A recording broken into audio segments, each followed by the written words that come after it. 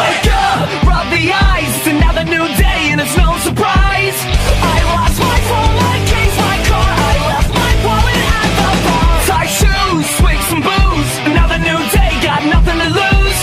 I can't remember her name, I think this show's all to blame. If it's only gonna be for tonight, let's get. Hai, assalamualaikum semua. Saya Nora Sita binti Razali, nombor metri E202433872. Hari ini saya akan tunjukkan demonstrasi 4 latihan atau aktiviti untuk individu sedentari yang berumur 18 tahun ke atas yang boleh dilakukan di rumah.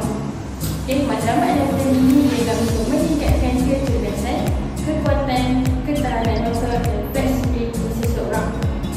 Latihan yang saya tunjukkan nanti mudah diikuti, selamat dan boleh diubah suai mengikut kecergasan masing-masing. Okey, sebelum kita mula, pastikan kawasan latihan lapang dan bebas daripada halangan yang berbahaya. Yang kedua, gunakan pakaian yang sesuai dan kasut yang bersesuaian. Yang ketiga, jangan lupa sediakan air minuman untuk hidrasi semasa latihan. Akhir sekali, jika anda ada masalah kesihatan atau merasa sakit semasa melakukan latihan, pastikan dapat nasihat doktor terlebih dahulu. Sebelum memulakan sesi latihan, pastikan anda melakukan aktiviti pemanasan dengan secukupnya bagi mempersiapkan otot dan sendi serta mengurangkan risiko kecederaan.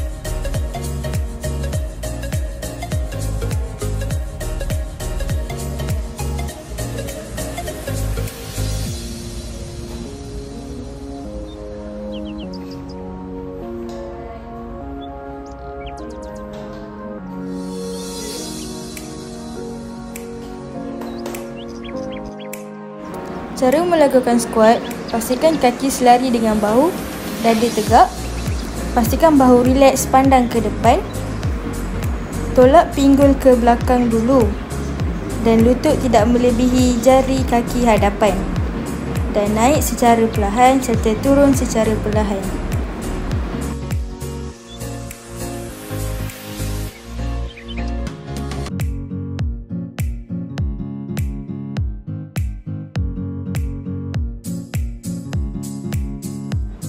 Jika anda tidak mampu melakukan squat menggunakan bodyweight, anda boleh menjadikan kerusi sebagai support.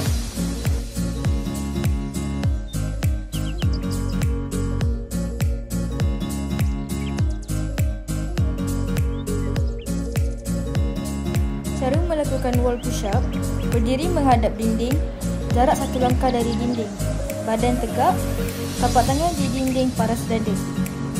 Bengkokkan siku dan turunkan dada perlahan ke arah dinding. Turun perlahan, dada hampir sentuh dinding dan tolak semula ke posisi asal. Jika kekuatan otot sudah meningkat, boleh beralih ke knee push-up.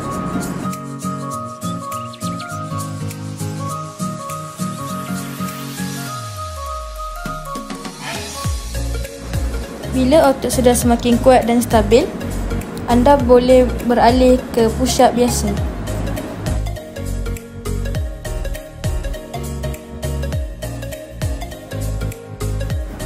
Cara melakukan side step touch, berdiri tegak dengan kaki rapat dan tangan di sisi.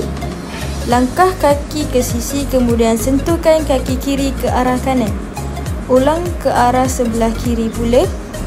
Gerakkan tangan secara semula jadi mengikut langkah kaki.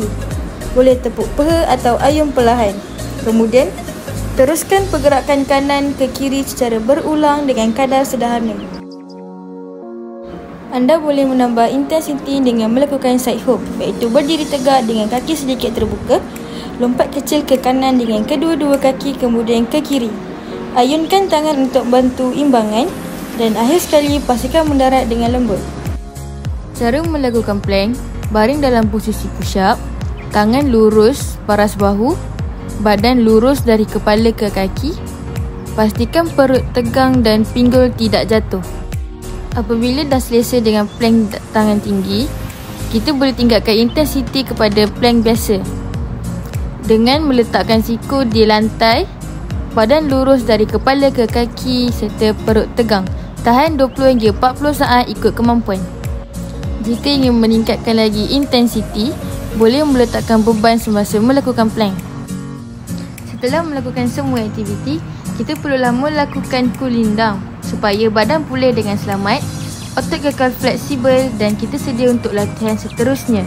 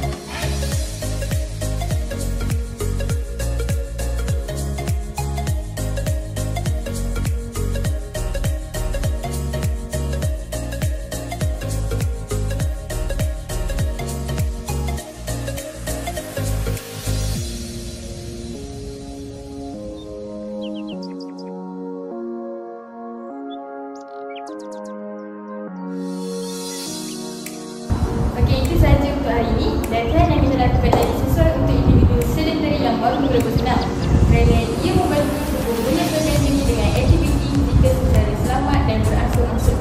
Okey, ingat, konsistensi lebih penting daripada intensiti. Lakukan senaman ini sekurang-kurangnya 3 hingga 5 kali seminggu. Tingkatkan ulangan secara perlahan apabila badan semakin kuat.